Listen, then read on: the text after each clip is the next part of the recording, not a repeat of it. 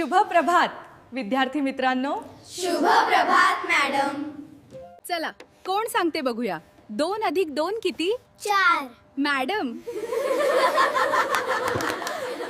madam, जर 2 सफरचंद आणि 2 संत्री असतील